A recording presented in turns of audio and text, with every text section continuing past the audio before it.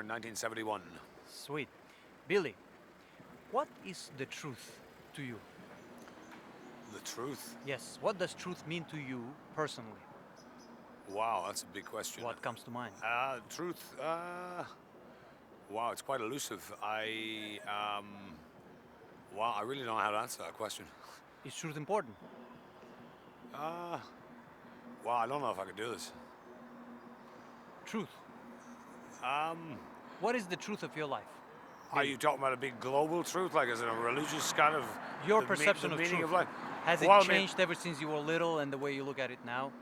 Oh yeah, well obviously things I thought that were true years ago I've realized are not true anymore. But the concept of being, I suppose, being true to oneself, being honest, trying to be as sort of existentially true to oneself Is that important? Yeah, otherwise I would feel my life as a fraud, yeah.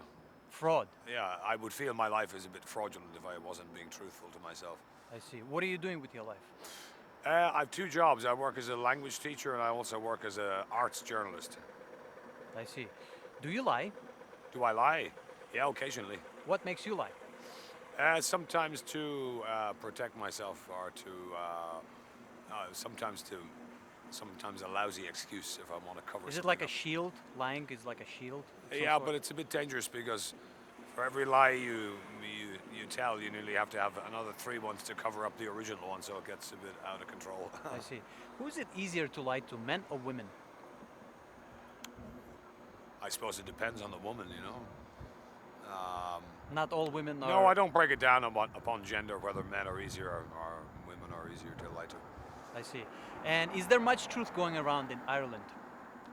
Oh, I think we've been lied to a lot in the last, since about 2008, since the economic crash. And we were lied to during the boom years as well. Who's been lying? Well, I think a lot of, we lived a bit of a collective lie here from around the year 2000, particularly from 2000 to 2007. There was this ongoing fantasy and collective lying that the economy could keep growing and growing and we could keep borrowing money and borrowing money. Yeah. And we all bought into that lie.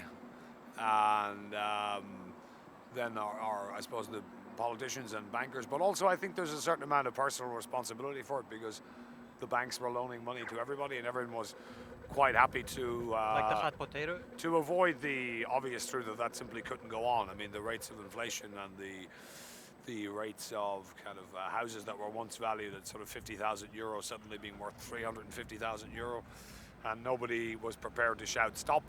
So in a way, we were lying to ourselves during those years. I see. And were Irish people oppressed? Are they still oppressed? I think not as much as when I was younger. I mean, during the 1980s, 1990s, there was a huge amount of, I suppose, oppression via the church and state. I think the women's movement still has some issues to achieve. There's still very limited abortion in Ireland. I think that's a big issue for a lot of women and also a lot of men. I see. And why do Irish people drink so much? Oh, that's a big historical question. I think there's a lot of dark truth that's kind of buried in Ireland. I mean, today the population of Ireland is about 5 million people. In 1846, there were 8 million people here. So if Ireland had developed along more normal lines, we should probably have a population of 12 or 13 million. So if you want, there's like 7 million people missing here. Yeah.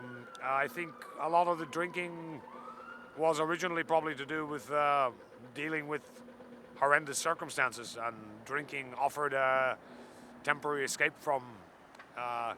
So drink is also, it's a very much part of how we socialize, it's part of how we celebrate, it's part of how we commiserate.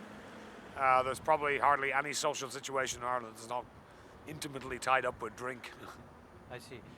And what is absolute truth? One universal truth that everyone agrees with this. That we'll all die. Death. Yeah.